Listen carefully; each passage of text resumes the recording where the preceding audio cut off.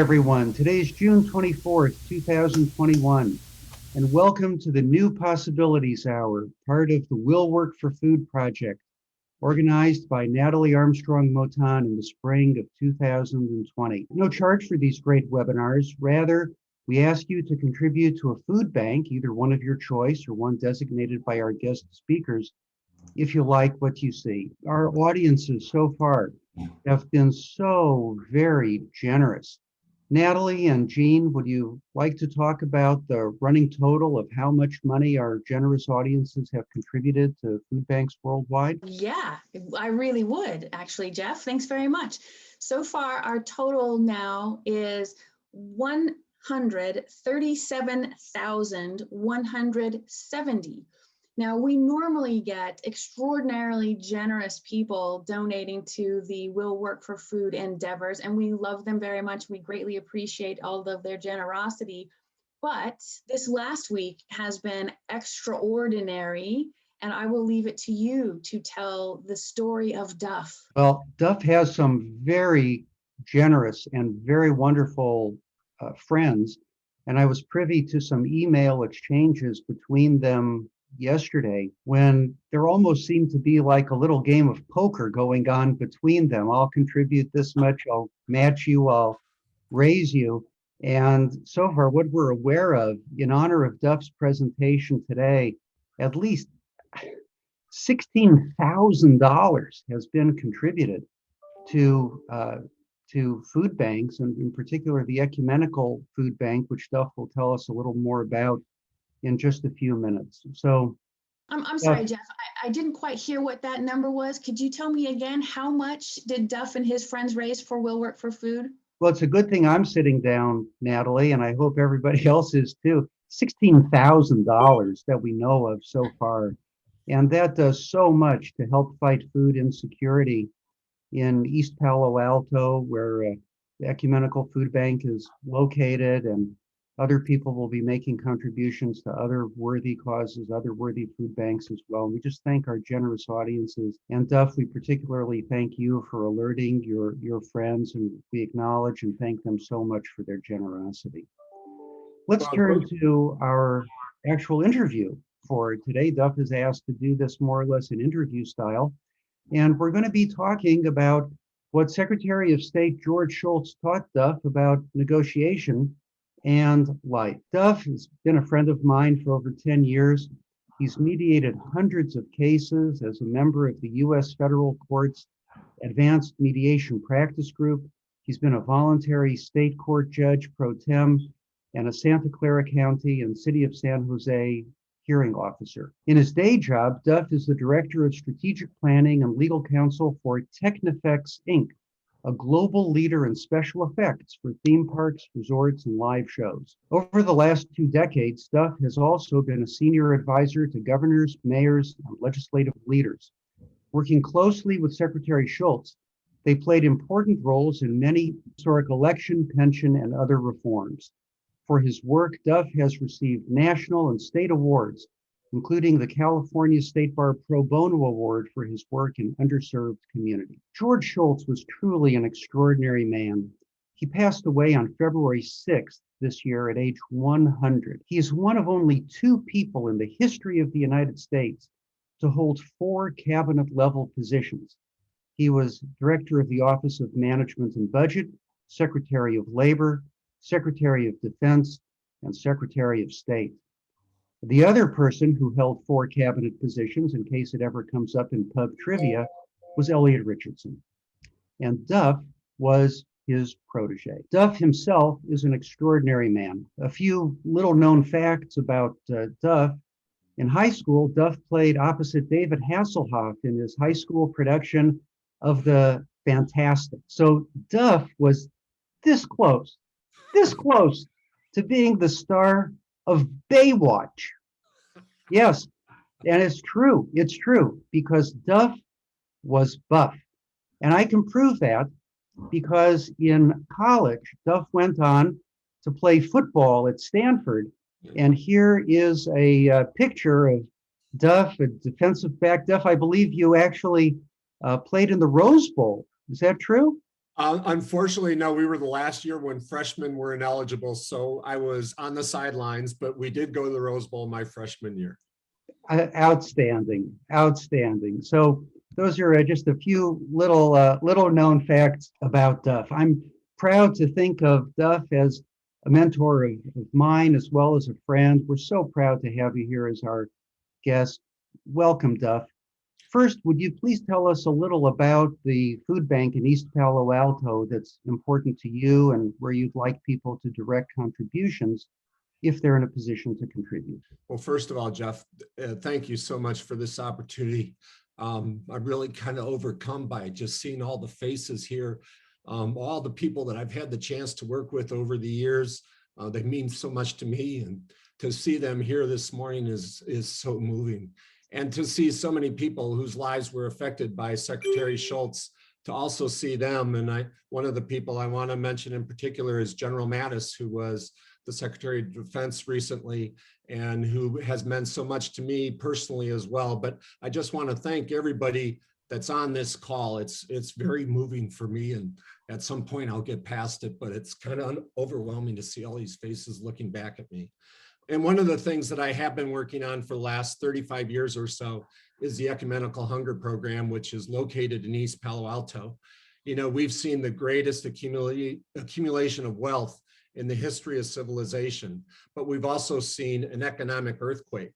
And on the other side of that fault line, we've seen some of the greatest poverty in the history of our country. So you can be in Silicon Valley and see these incredible mansions and see where all this wealth is being created. But right on the other side of the freeway, you can see unbelievable poverty. And so I just so respect the people that work at EHP that are addressing this issue and doing it in such a constructive manner. And I'm glad we've been able to help them in some small way this morning.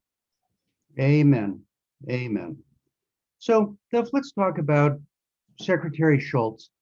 He was an extraordinary public figure. You knew him personally. What made Secretary Shultz such a special person? Well, I think the thing that made him so special is trust. People trusted him, and that's what enabled him to achieve so much, is that he worked with people and was honest with them about their situation. That's what we tried to bring in terms of what I was able to work on as well. And the great example he gives of where trust was created was when he was working and negotiating with the Soviets. He was negotiating with a man by Shevardnadze, who lived in an area of the Soviet Union called Georgia.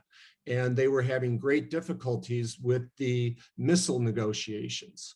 And so he's driving back to the hotel.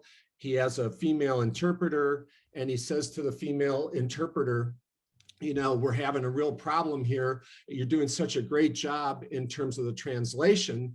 By any chance, do you sing? And she said, well, actually, Mr. Secretary, I sang in the choir at the academy. And he goes, great. So tonight at this dinner, we're going to sing Georgia on My Mind. You're going to sing one verse in Russian, and I'll sing one verse in English. And so they did that. They went back and forth. And at the end of the song, Shevardnadze came over with tears in his eyes and said, tonight you showed me respect. And it broke the logjam in the negotiations. And the next day they were on their way to having a missile negotiation. But it was because he showed respect for the other side that really enabled him to get so much done. And that played out well. Those relationships also were very important earlier. As you mentioned, he'd been Secretary of Labor, he'd been Secretary of the Treasury. But then when there was the fall of the Soviet Union, he understood how to create jobs. He understood how to create money through the Treasury. And he had the relationships with the leaders in Europe where they not only were able to end the Cold War, but they were able to rebuild the East European economies because he had those relationships of trust. And I think that's one of the great achievements of the second half of the 20th century, is that we not only saw the fall of the Soviet Union, but we saw the rise of millions of people leaving poverty and being able to live successful lives.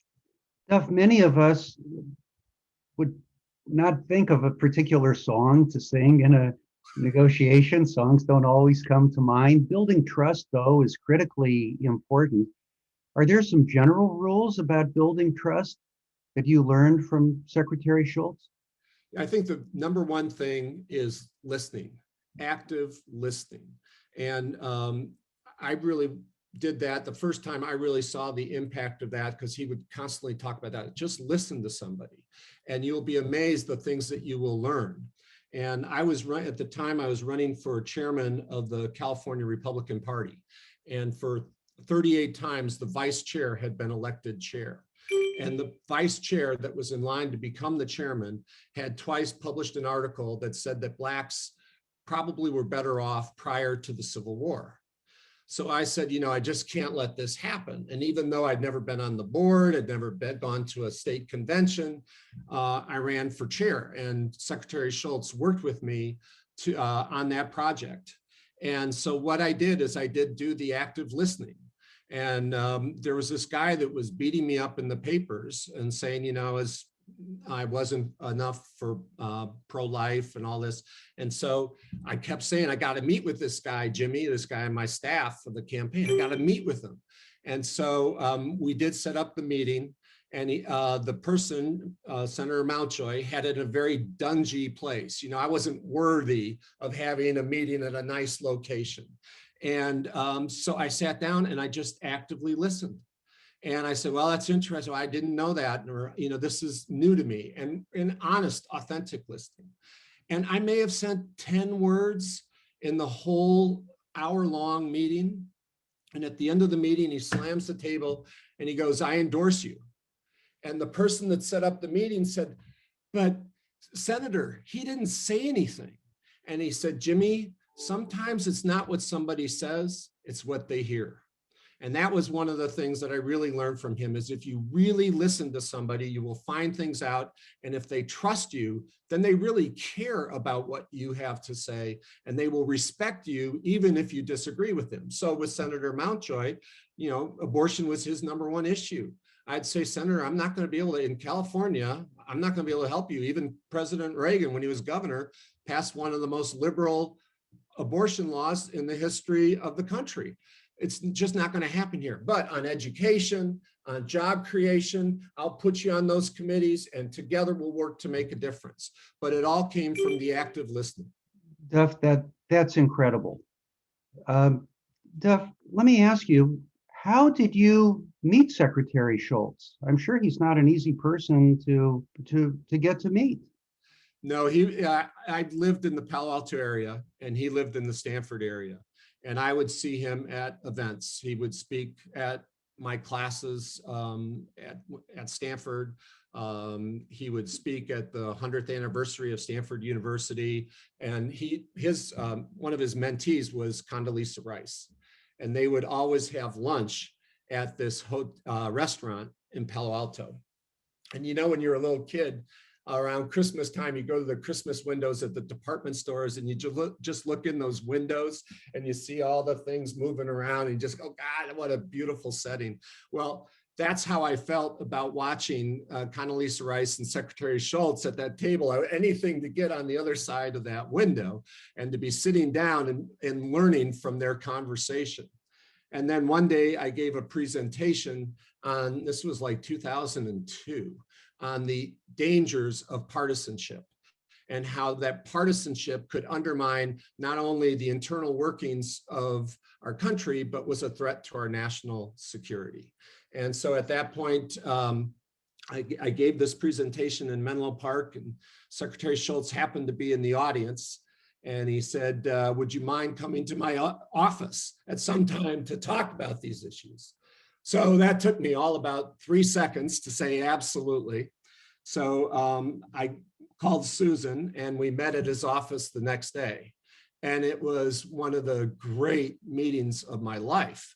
And he asked me a series of very tough questions, which I was able to answer. And he held up this stack of paper, and it was about, it must have been a foot high. And he goes, you know what these are? These are Reagan's handwritten notes. Everybody says Reagan was such a great communicator because he was an actor. That wasn't why he was a great communicator. He was a great communicator because he knew his mind.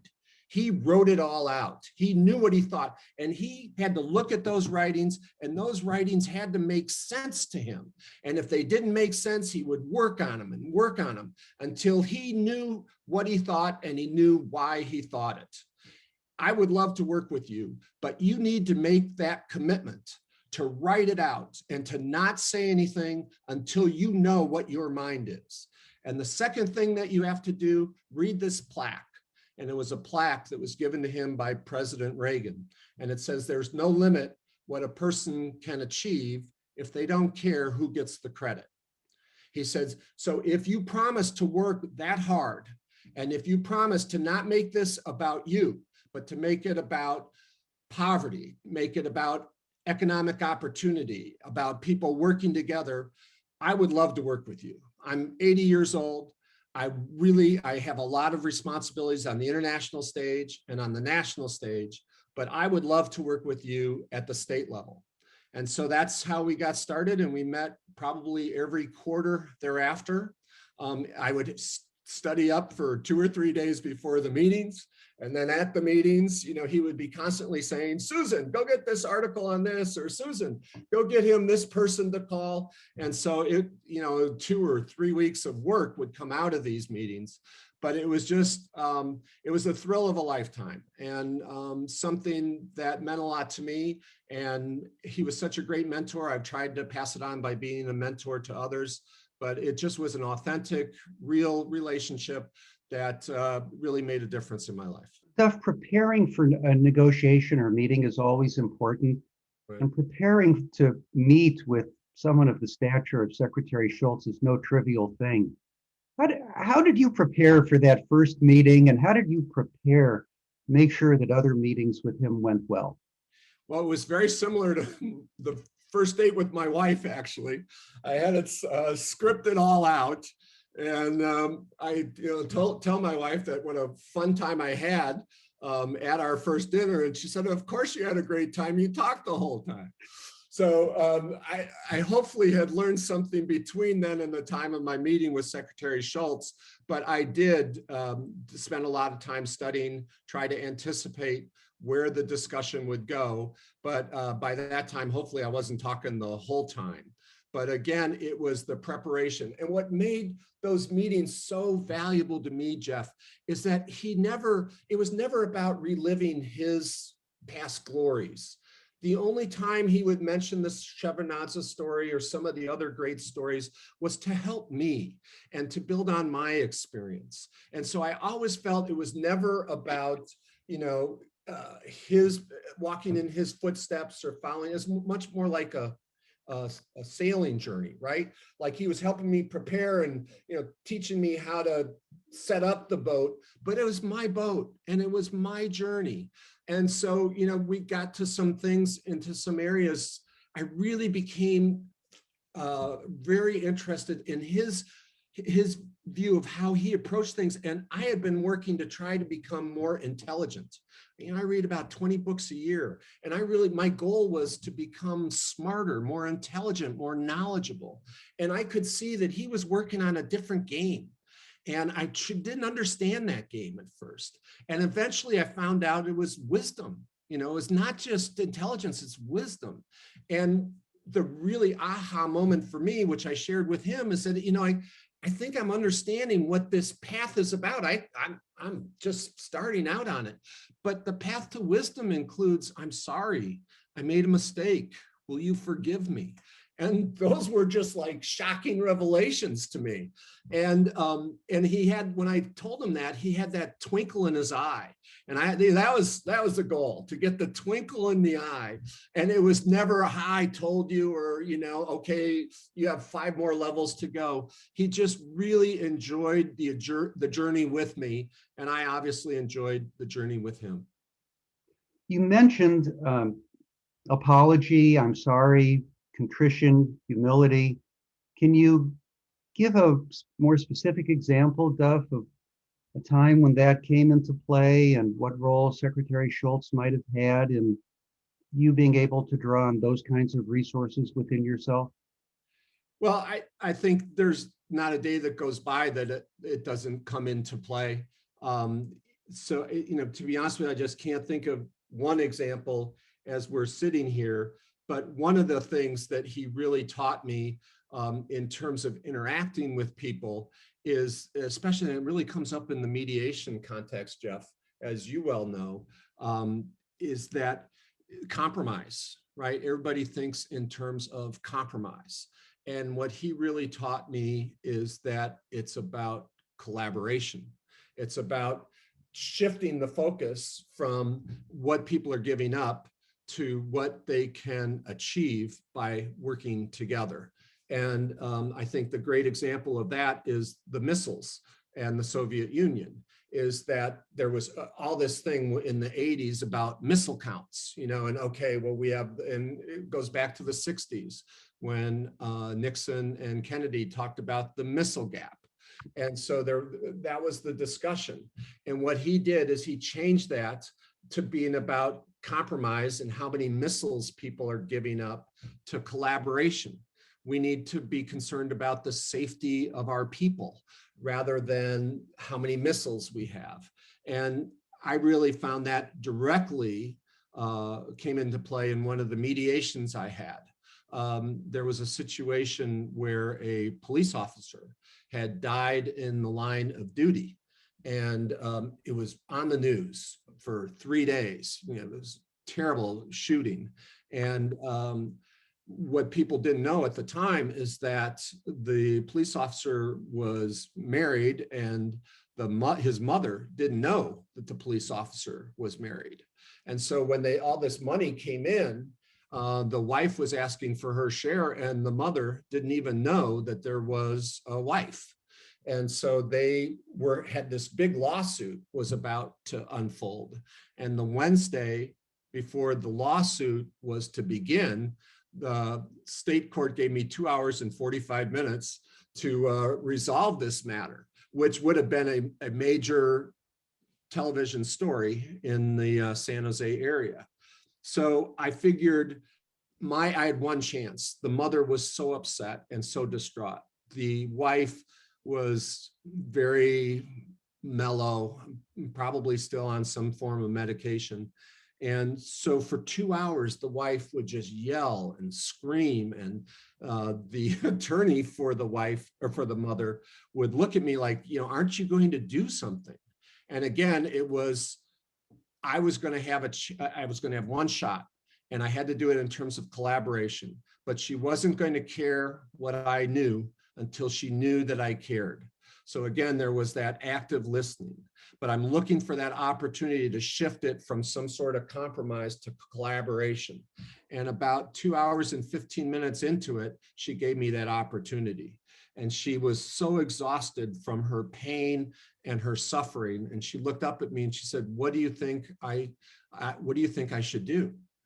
And I said, well, Mrs. Davis, I don't think that's the question, what I think you should do. And she said, well, then what is the question? And I said, well, I think the question is, what would your son want you to do? And that shifted the whole focus from what she was giving up to building the memory of her son. And so that's what she and her wife then focused on, was not the dispute between them, but what they shared in common, which was the love of their son. And that's what I think Secretary Shultz taught me how to do in the mediation context. It's not just about compromise. It's about shifting the focus to collaboration. And hopefully after that meeting, they did a much better job of working together. That comes up all the time in my work with the city. I do a lot of landlord-tenant stuff. And usually a lot of times that dispute is resolved within 20, 30 minutes. And what you spend the balance of the time is developing that spirit of collaboration. Those people are going to have to go back and work with each other for an extended period of time. So you don't just want to deal with a compromise of the immediate issue. You want them to have a spirit of collaboration as they move together with their relationship. And that's one of the main things that he taught me. So, Duff, what are some of the things that we can do in our mediations and negotiations to engender that spirit of collaboration? Well, I think, again, the primary things that we talked about, I think one is authentic listening, two is collaboration, and three, Jeff, the thing that I really was very weak at early on, and he really taught me, is that we have this image, again, of intellect. We're the smart people, we're the mediators, and that it's the intellect that drives successful conclusion of disputes. And what he taught me, it's the emotional connection. It's not the intellectual connection. And I became a much better mediator when I was able to understand that the issue before me was not really a legal issue as much as it was an emotional issue. And what I needed to address was the emotional concerns of the two parties. But what I found for a longest time, too long, that I didn't recognize that I was just as emotional as the people in front of me. So I was kind of looking down, as from this intellectual point of view on the people I was mediating with. And so I didn't recognize and appreciate that I was being just as emotional as they were. And once that I crossed that Rubicon, and I understood that I was just as emotional as they were at the time of the mediation, I was able to be much more helpful. And Secretary Shultz really taught me that, as much time as we spent reading, it's really understanding human emotions, which is really what drives dispute. It's what drives a lot of what our deteriorating political dialogue is all about. It's about yelling at each other rather than listening. It's about I'm right and you're wrong. It's about not recognizing that really, we're not bad people on either side. We share a lot of things in common, and the things we share in common are very strong emotions, and we need to acknowledge that fact before we move forward. He also told me something. He goes, Duff, when you're negotiating with somebody, if you do not verbally acknowledge their position, they literally cannot hear what you're saying. And I really have found that to be true. So when I'm doing the state court stuff, I have my people go out in the hallway before I will hear their case. And I say, look, just go in the hallway. I know there's an active dispute between you, the two of you. It's been going on for quite a while, but just take 15, 20 minutes and just say to the other person, what you hear is their issue, right? Okay, I understand that we had a car accident. I understand from your position, you felt that I was distracted, right? Whatever it is, you don't have to acknowledge that they're right, but you should just acknowledge that you hear what they're saying. 30% of my cases, they go to the clerk, the issue is resolved, because until a person feels that they've been heard, they can't hear what the other person has to say. And that was something that he taught me and was extremely valuable. And as a practical matter, Duff, how do you communicate that to someone, that you have understood them? And if you could talk about it particularly in the public policy or political context, you mentioned that a few minutes ago. Right. We are in a highly polarized era. I think everybody agrees on that. If you're working on important public policy issues, Right. by definition, you're working with people with whom you disagree deeply on these issues. Right. How does it work in those kind of contexts? Well, I think it starts with talking with each other. I mean, that sounds so basic, but it starts with talking with each other. So I remember I was in Washington and I was having a meeting with somebody who was very close to Paul Ryan. And he said that Paul Ryan, who was the speaker at the time, was walking down the hall and Nancy Pelosi was coming the other way. And Paul Ryan says, I've never had a discussion with Nancy Pelosi. They've never talked to each other.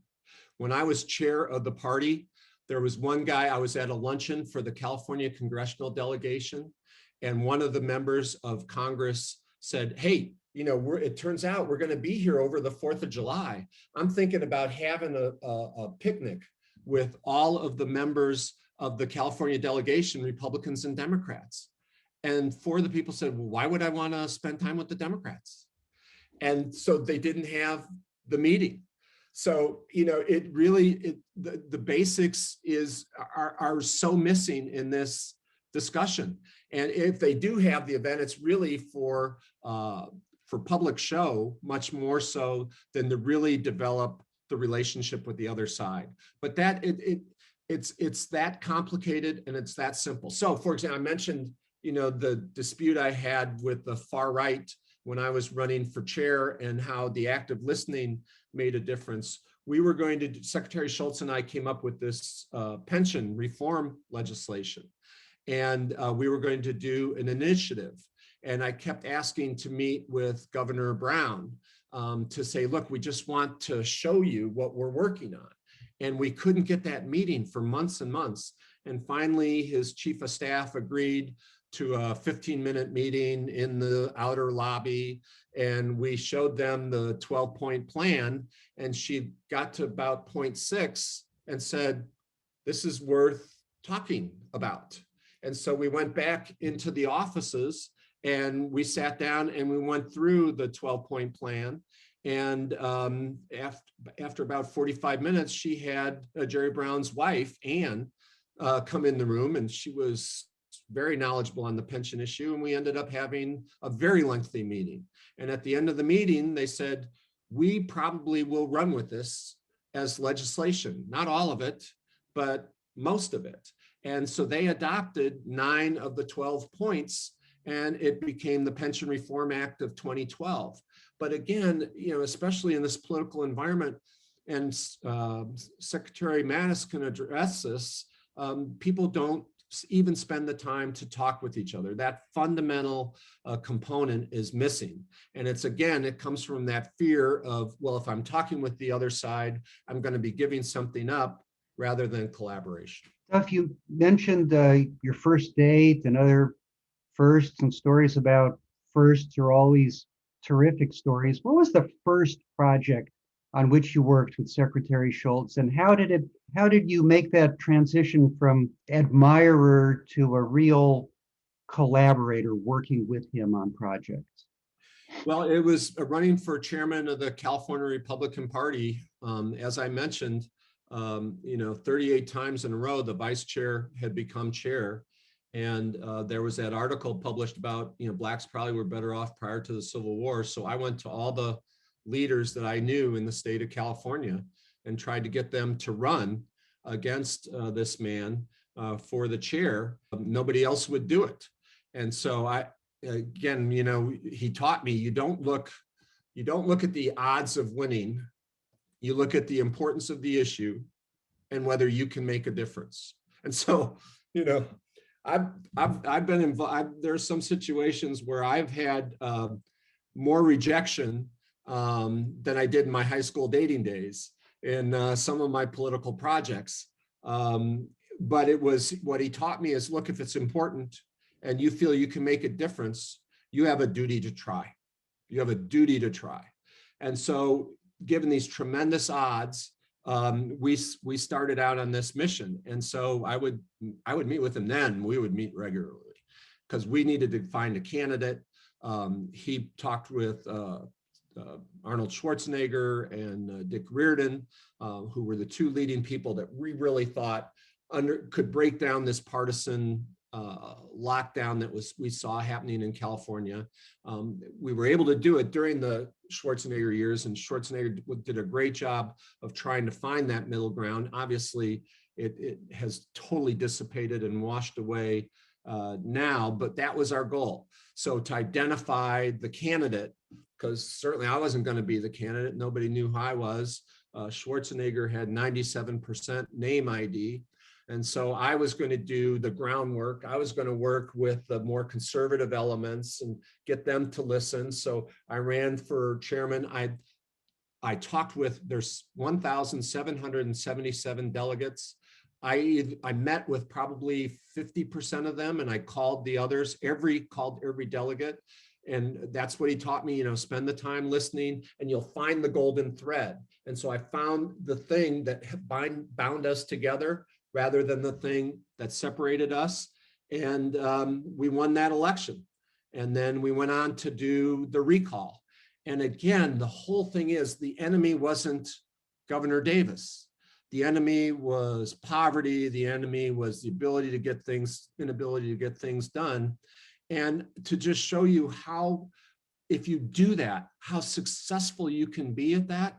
So we recalled Governor Davis, the only governor in the history of the state of California to be recalled. Now we're in the middle of another recall effort, but up to this point, that was the only one had succeeded. And then about 2 years after the recall, I'm at the Fairmont in Santa Monica, and it has this very long hallway. And who's coming from the other end of the hallway but Governor Davis? And so I'm coming down the hallway this way. He's coming down the hallway this way. And so I'm on this side and he's coming on this side. So I move over to this side of the hallway and he goes to this side of the hallway. And we're getting closer, and this is becoming somewhat uncomfortable. So then I go to this side of the hallway and he comes to this side of the hallway. So clearly we're going to have a confrontation. And you know how sometimes you just instantly start perspiring? Well, that's where I was at. And he came up to me and he said, Duff, we had some serious disagreements. But I was talking with your friend John Chambers the other day, and we were talking together about the fact that you're a man of character and integrity. And I hope that someday we have the opportunity to work together. Well, Jeff, that opportunity is now. And I'm working with Governor Davis on trying to develop an application to give to the schools in California to make sure that they open safely. But, that interaction with Governor Davis obviously said a lot more about him than it does about me. It's, I won, he lost. And for him to, be able to get past that and then work with me on a different project, that says a lot more about him. But it shows what can be done if you do take the Secretary Shultz approach of the person isn't the enemy, he's just your opponent. He just sees this situation differently. And, I look at General Mattis's work in Iraq, and if you read his book, Call Sign Chaos, which is a fabulous book, that really is what he was all about. Yes, military is one of the components, but the amount of time that the general has spent reading and the amount of time he has spent in the field trying to understand the opposition and the people that, he's fighting on one day, he's trying to work and understand what their needs are the next. And that's the type of leadership, frankly, that's missing, and the type of leadership that we need if we really are going to be a world leader. Duff, you've mentioned some negotiations of which you're very proud. Let me ask you, does anyone come to mind that you wish you could kind of have a mulligan or a do-over? And what was that? And what would you do differently if you had a second chance? Yeah, I forced a settlement. My ego got in the way. And I just, I forced the parties to agree. I got angry, and I bludgeoned them into an agreement. And, it made me, when I did that, I thought back to Secretary Shultz and their negotiations with the Soviet Union in Reykjavik. And that at that meeting, when Gorbachev and President Reagan met, and then Shevardnadze and Shultz also met, they walked away. President Reagan said, okay, we can't do a deal today. If we struck a deal, it would be a bad deal. It had to do with our defense system and the Soviets requiring us to agree to dismantle our defensive capabilities. And so they walked away from that deal. And then at the time, those of you who are old enough to remember, the president took tremendous heat for his decision to walk away. It was called a warmonger and all sorts of things. But Secretary Shultz understood that sometimes it's the deal you don't strike that leads to a much better deal, which is what happened in their situation. And so I think that, there's in football, you remember some of the touchdowns, but boy, you remember the interceptions, right? I mean, I could list every one that I made in high school. And those that are on the call that play with me probably can list many more mistakes that I made. But that was one of the big mistakes I made as a mediator. And I really wish I had not let my emotions get the better of me and not focused on getting a deal and more focused on what the needs of the people were. And the needs of the people were such that the deal shouldn't have been struck at that moment. Duff, when you say you coerced the settlement, what did you do? And what are the things that you have taught yourself and would teach us never to do again, or never to do in the first place? Well, again, I raised my voice. I felt the person was being selfish and wasn't,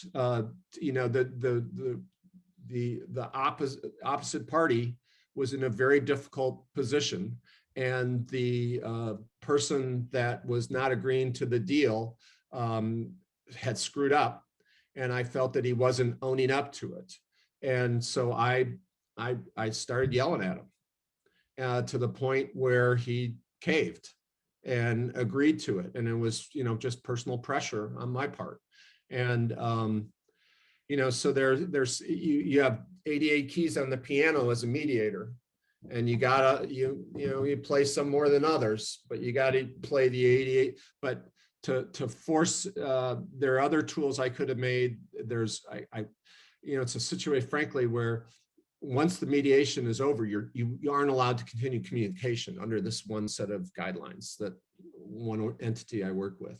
So I really felt like it was, the other side was in a very bad situation. It was during COVID, and the possibility they could be out on the street, but I was way too hard on the party and should have been much more understanding. But again, my concern was, okay, if I don't do the deal now, who knows what's going to happen?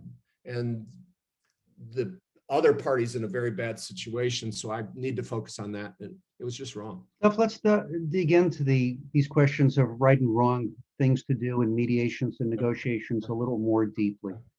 Can you talk about ethical issues that you've confronted? Perhaps there was an ethical issue in a negotiation with Secretary Shultz, or in your own experience, that was challenging, and how you resolved the ethical conflict. That I can think of that one incident. There were a couple other incidents where I did actually go to Secretary. One of them I went to Secretary Shultz. One of them I went to another mediator, and it was a different setting. It was where we had time to work it out. And I felt that a deal was being offered. One party that wasn't, it was a business negotiation.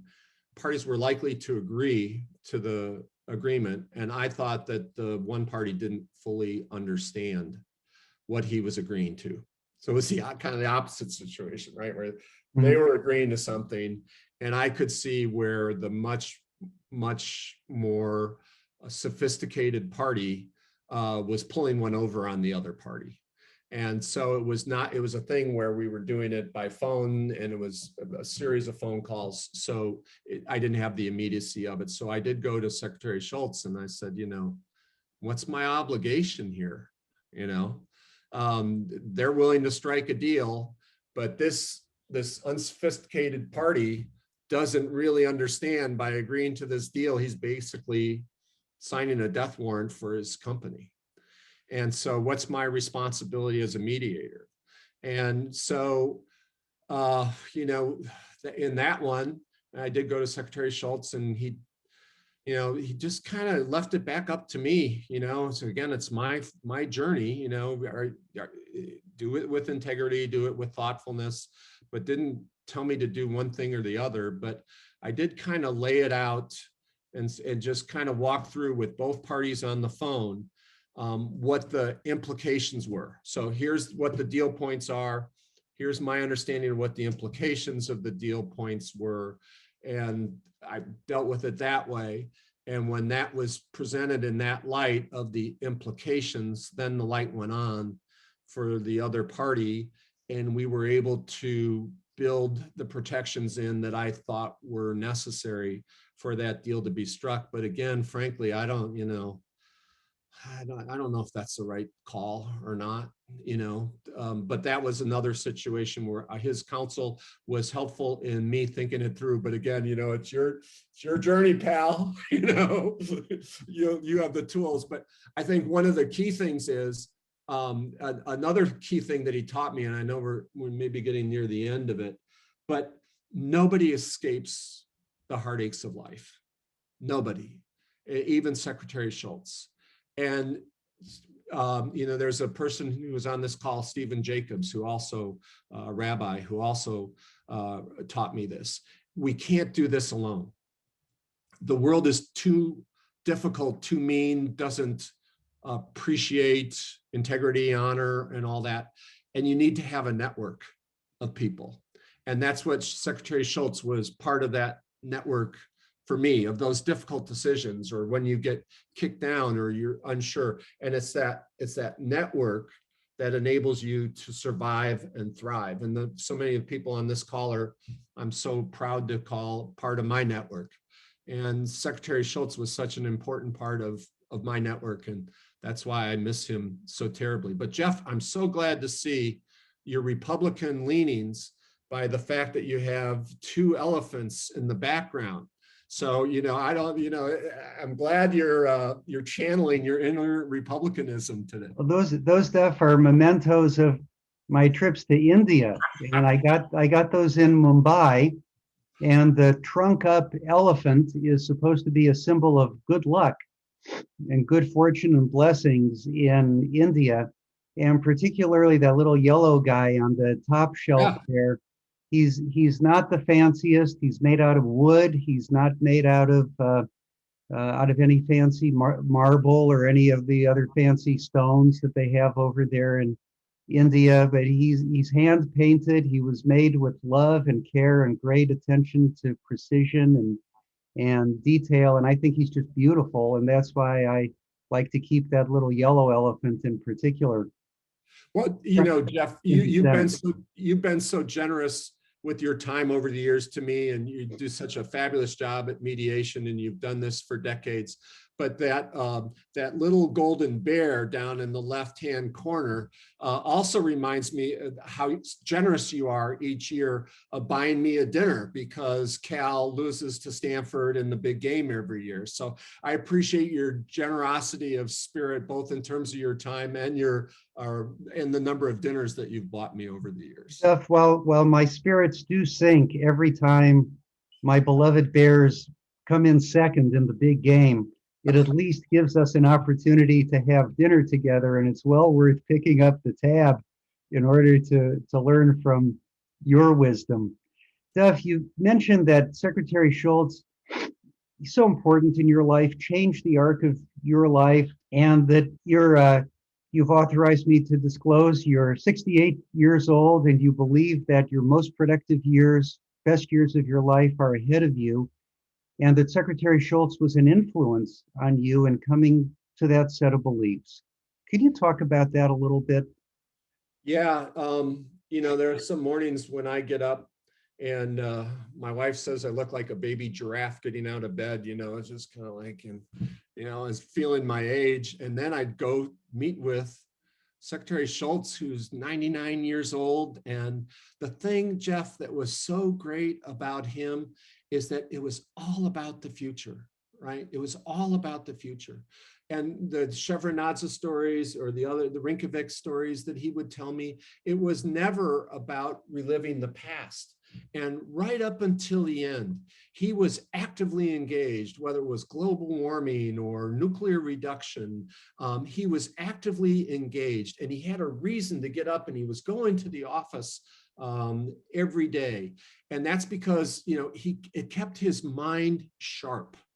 And by keeping his mind sharp, he also kept his body sharp. And so at the age of 61, I was starting to wind down. I was kind of looking, okay, well, I'm going to retire by the time I'm 65. And there are people on this call that I know I've told, several times, no, the most productive years of my life are ahead of me, not behind me. And so while, yes, there are mornings when I feel every one of those 68 years, to be honest with you, what in my mind, I've learned to shave in the dark, so I don't, see how old I am in the morning. But in my mind, I'm 25. I am 25. And my most productive years are ahead of me. And the thing, we talked about the humility, but it was, he never looked back. He was always looking forward. And our last meeting was about moving forward. And so that's, I think, what keeps us young. The excitement of the day, that the past is known, that messing with that isn't going to make a difference, but it's the future that's the unknown. It's the future that we can impact. It's the future that we can interact with. And so to take each day, each opportunity, and I can tell you, Jeff, there were 2 years of my life where the most productive thing I probably did during that day was being nice to the person that was checking me out at the grocery store. I mean, that was, it just wasn't working. But, I would meet with him and he would say, oh, everybody goes through this, everybody goes through these dark periods, this is what, so what do you have going for you, And so we would work out, okay, what's my goal? What's my why? Why am I doing what I'm doing? And we decided that the thing to do is to say, for me, and what worked for me is my aspiration is to help other people achieve their aspiration. And that's what I'm doing at Technifex. I'm doing it with a guy that I've known for 50 years. Going back, his dad was my first professor at Stanford. And so, and through that, there are people, and I see some of them on this call, within the organization. How can I help them achieve their aspiration? And I'm doing it, again, in everyday life, is that you have minimum interaction, but it's, how can I make their day better? And it was Secretary Shultz and his desire to live each day, to enjoy each day, and not just sit back and rest on your laurels, that gives me that positive, forward, optimistic view of life. And I tell you, there's not a day that goes by that I'm not aware of that twinkle in his eye that he had. And it does motivate me, especially during the more difficult times that we all have and we all experience. It's a beautiful message, Duff, and one that allows, as you mentioned from your own experience, Democrats and Republicans to communicate, Cal and Stanford alumni to communicate. There's no barrier that can't be overcome. Jeff, one thing I want to say along these lines is that, what could I do to pay back Secretary Shultz, right? I mean, I can't write him a check, right? I can't add to his knowledge, right? So the commitment I made to myself was to, if anybody asked me to mentor them or anybody asked me out to lunch or dinner, I would do it. I would do it. And I did that out of a sense of obligation to Secretary Shultz. And that is, everybody on this call can be a mentor to somebody. I remember when this junior in high school asked me if I would be willing to mentor her. She's a fabulous woman doing fabulous work now back on the East Coast. And, I said, look, I'll be glad to mentor you, but there's one thing you have to agree to do, is you have to agree to mentor somebody else. Because one of the greatest experiences I've ever had is the mentoring. And you learn so much from the people that you work with. You get the benefit of their life story. And frankly, if you're going to hold yourself out as a mentor, you better have your act together, and you better be able to be honest with them about what you're able to achieve. So if there's two challenges I would like to make to the people on this call is, one, if you feel that you are in a position to do it, to support the EHP or a charity of your choice. But second, pass on the gifts that you've learned to somebody else.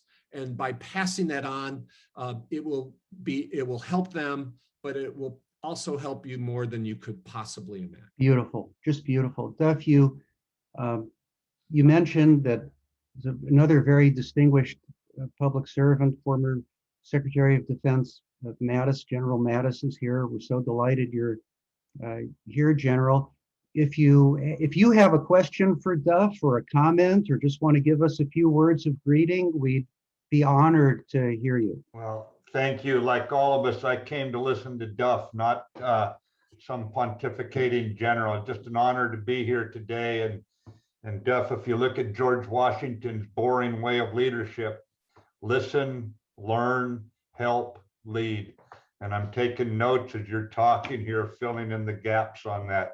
Thanks very much, Jeff and Duff and all of you for allowing me to listen in. Thank you.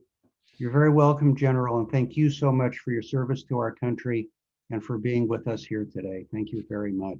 You know, Jeff? and Jeff, just one example. So General Mattis has been so generous with his time with me. And before COVID, we did a walk across campus. And, you know, there would be Nobel laureates that would come up, you know, General, I want to meet you. And he'd be so gracious with them. There'd be freshmen, you know, who just like couldn't get 3 sentences out, you know, that were to be in his presence. But he took the time, he would look them in the eye. And that's the type of leadership and the type of person he is. And it's a real honor to call you a friend, General. And hopefully your most productive years are ahead of you as well. Thanks, Duff. And Jeff, thanks for saying thanks for my service. Rest assured, every one of you and your families was worth it. I don't care who you voted for, male or female. I don't care where you go to church, synagogue, mosque, the saloon. I don't care about any of that. As long as you use the freedom to help your fellow man, fellow woman, you're worth it. No problem. Thank you so much. Natalie, if you could put the information for EHP back in the chat, please, so that people can see it. I know that I personally will be more motivated than ever to contribute in Duff's honor to EHP, and I hope that others on the line who are in a position to contribute to do so as well. If you let us know the amounts, we'd be delighted to add them to our running totals. Natalie, Jean, do you have any final words, please? I just want to say thank you so much. This has just been a thrill and an honor and a pleasure to listen to you. And I also took copious notes, so thank you. I would just like to remind everybody that, and those who are new to the group here, if you are so kind or able to donate to whatever food bank it might be, Natalie Armstrong-Moton is the founder of this. And if you could let her know just privately what you donated, if you're comfortable doing that, that would be great, because then we'll add it to our total. I mean, certainly so many people give so much and we don't know about it, and that's wonderful too. It's just the giving that counts. But just that poker game yesterday, 16,000. 16,000, yeah. Natalie, last words, please. You know, this was one of the better programs that Will Work for Food has ever been able to offer our public. Thank you so much for donating your time, your experience, your expertise. And I just wanted to note really quickly, about a quarter of a century ago, when I first started in the resolution industry, Jeff Kitchaven was one of the people that I went to for advice and said, do you think it's possible for a girl who's 5'1", and we'll say I was 12 years old at the time and very young, to make anything at all in this industry? And he was generous enough with his time and his experience and his expertise to help me really understand what was necessary to participate in the resolution industry. So thank you all. Thank you to Jeff. And Duff, thank you so much. What a great pleasure to hear you speak today. Thank you all very much, friends. We do this every Thursday. Information about future programs at willworkforfood.news. Please join us next week and future Thursdays. Duff, what a treat. Thank you so much. And with that, we are complete.